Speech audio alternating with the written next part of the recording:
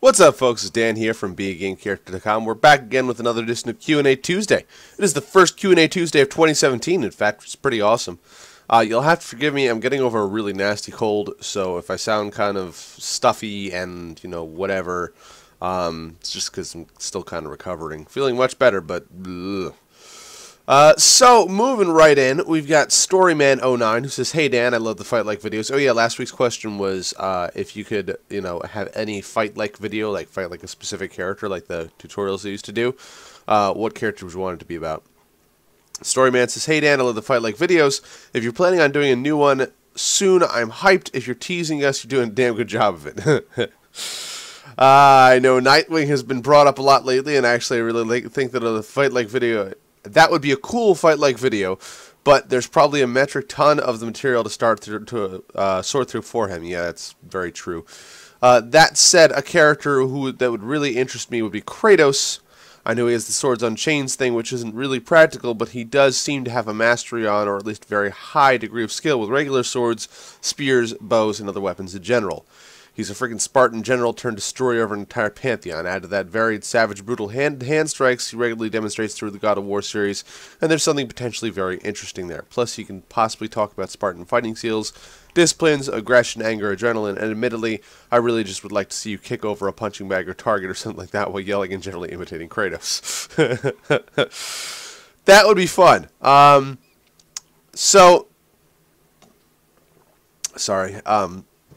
So basically, I've wanted to do Fight Like Kratos for a while, but before I do that, I want to do a build for his chain swords, for his the Blades of Athena and or Blades of Ares or whatever the hell. They got different names on each one because they get some for different people. But I would like to do the Chaos Blades. I would like to do a Fight Like video for Kratos, but I do want to make the blades just for the hell of it, and I think I can make them, and I think I know how I would make them, but I just have to have time for that. So, yes, you're right. Approaching a whole bunch of other Greek-era weapons and showing general mastery with them would be part of fighting like Kratos, but you can't do it without a Chaos Blades, man. You got to be able to do so. Yes, I would like to do Kratos, but it will probably involve getting some build going on that first. As far as Nightwing goes, Nightwing is absolutely going to be super cool. I think when I do the Nightwing workout for the blog, which is something, like I said, I'm going to get to at some point, I will also do the Fight Like video. The cool thing about Nightwing is he fights with his Eskrima stick a lot, or Eskrima sticks. Sometimes he fights with two. And that's something I've been dabbling in a little bit lately. So I would like to learn a little bit more about that, because then I could factor those in as well. That'd be a lot of fun. Let's see. So, Storyman's question for you this week. What virtues or traits do you think were valued / most important in civilizations across history? And what virtues / traits and skills do you think are most important now? Well, it's of course a very broad question, but there are a couple of universals that we can look at. Usually people value honesty quite a bit. Honesty is a virtue that's never really very far from what the public consciousness at least says they want to value. I say that because in our day-to-day life, the people that we interact with, we like them to be honest. Like your friends and family and the people that you see on a regular basis. Like, honesty is a very important virtue for them to have, for you want to associate with them and continue to be involved with them. However, when it gets to a more macro scale, like politicians and leaders and stuff like that, we say we want them to be honest, but the reality is we don't really care that much. We get all uppity if they do some blatant lie that they really get caught out on in public or whatever, but for the most part, we actually really don't care that much about whether or not our politicians are honest. We just like to say that we care. Because, let's be honest, there's very little honesty among modern politics, and it's very strange to think that ancient politics would be any different. Politics in general has a lot of lying. In fact, one could argue that in order to elect a good representative of yourself in a political arena, you should elect someone who's good at lying, because everybody else there is going to be really good at it. If you don't know how to lie, you're going to get screwed over. So, honesty is one virtue.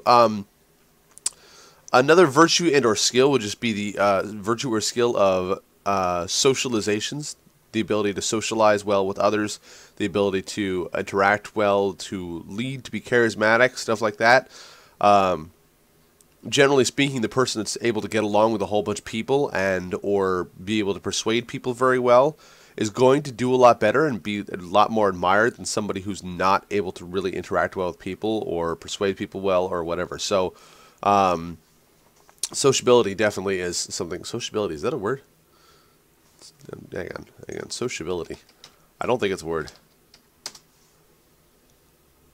Sociability. The quality of being sociable. Well, I'm wrong. Cool. So, sociability, yeah. I would say sociability even more nowadays is valued just because so much of our lives is based on communication, social media, and all that stuff. So, yeah, I would say that those are two big ones. Sociability and honesty, I think, would be the two big skills / virtues that can really affect your standing in humanity no matter what culture you're in through the ages.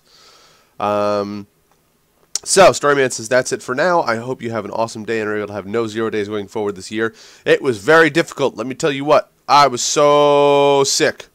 I was so sick. Oh, my God, I was so sick for like 3 days leading to the end of the year. 2016 had like a final nuclear blast that dropped on my head, and I got the plague. But I have not had any 0 days yet. I'm happy to say that. I got a little bit done every single day, no matter what. Speaking of which, the new Game Plus sale is going on over on beagameCharacter.com right now. Everything's on sale. That is part of what I'm working towards for no 0 days. So go check it out. All the ebooks are on sale. We've got new t-shirts that are on sale. Shaker jars are available. Shaker bottles are available and on sale. Headbands on sale. Everything's on sale. Go check it out. Awesome stuff. Moving on. We got Your Name, who says, hey, Dan, I would like to see a Fight Like video of maybe Daredevil or Drake from Uncharted. Ooh, that'd be fun. I've actually covered Drake, too, on the blog, so that'd be, okay. My question for you is, if you were to train a fighter for his first UFC fight, what would the training program be like?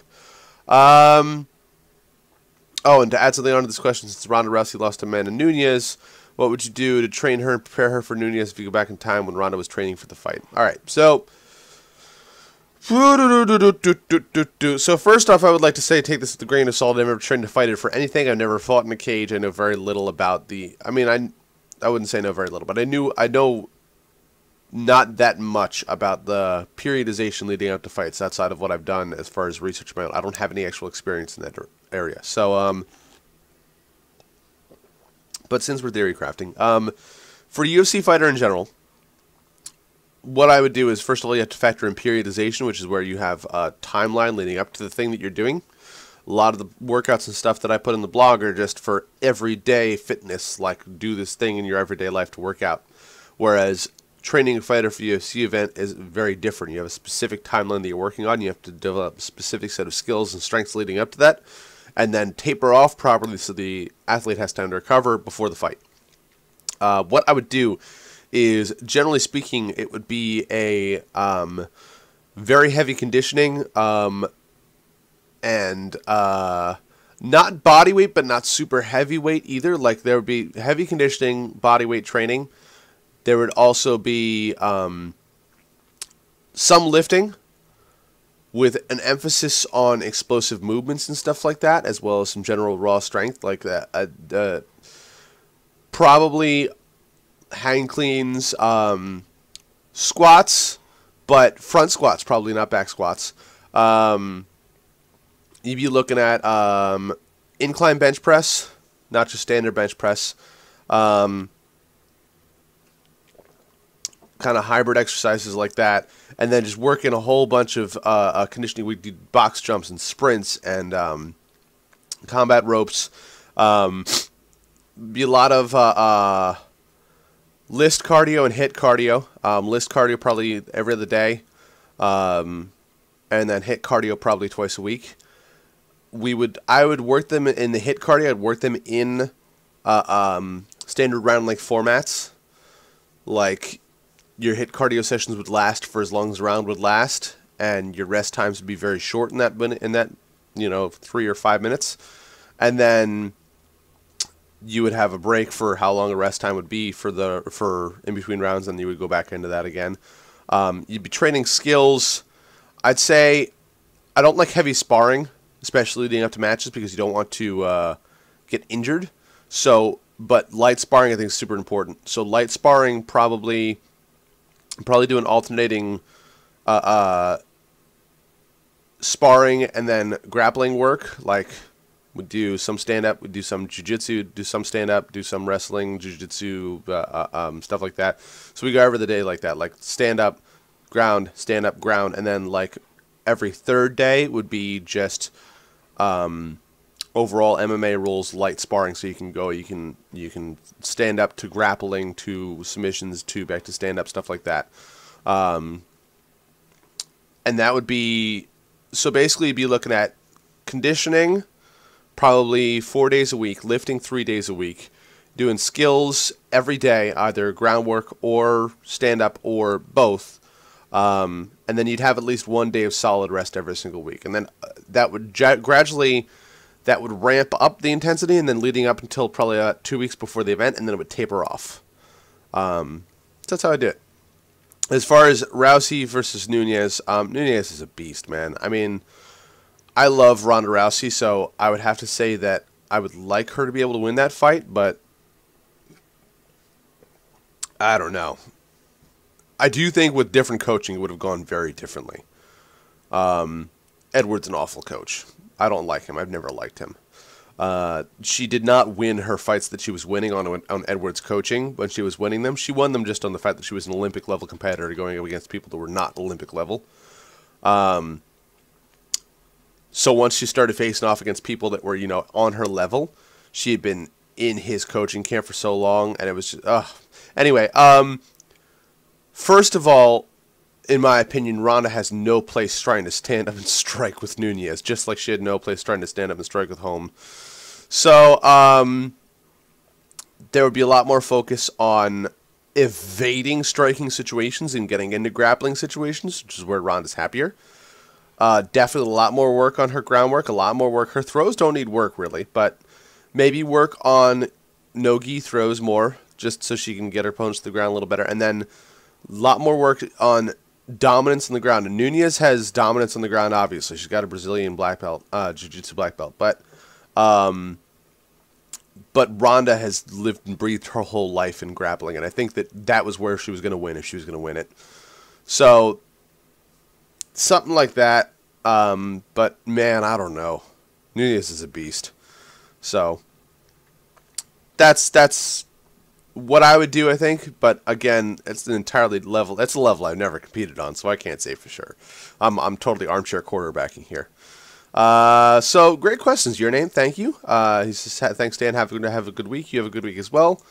Moving on, we've got S. Barnier West, who says, fight like Banjo Kazooie, as in how do you fight with a friend against single/multiple foes? That would be super interesting too. Banjo Kazooie would also be a super interesting character to cover for the blog. Ha! That's a good one. That's interesting. We'll think about that in the future. All right, so that is it for this week's questions. No Benrex777. I wonder where Benny is. Moving on, the question for you for next week.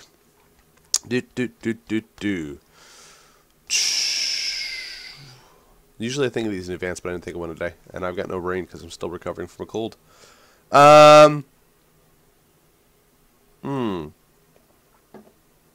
Here's one for you. If there is a video game that has not been turned into a movie yet that you would like to see turned into a movie, what game would that be, and who would you want to direct it and or write it? And, give me as much as you want. You'd say either, I want an Uncharted movie, or you'd be like, I want an Uncharted movie, and I want it directed by M. Night Shyamalan. Dear God, no, please. No, I want an Uncharted movie, and I want it directed by Peter Jackson, and I want it written by Guillermo del Toro. That'd be a weird-ass movie, right? So, yeah, give me that, and just let me know what game you would like to see become a movie, and who you would like to see involved in the project, if you've got preferences on that. Speaking of which, I've not seen Assassin's Creed yet. I've heard it's kind of meh. So, I don't know. Might wait till that comes out on video. We'll see. No spoilers in the comments next time. Thank you. Alrighty. And again, if you haven't been over to the blog yet, head over to BeAGameCharacter.com. Check out the Armory. Everything's on sale for the new year. New Game Plus sale. So, tons of cool stuff for there. Go check it out. So, thank you for watching. As always, remember, live boldly, change the world, and continue to be awesome. Bye-bye.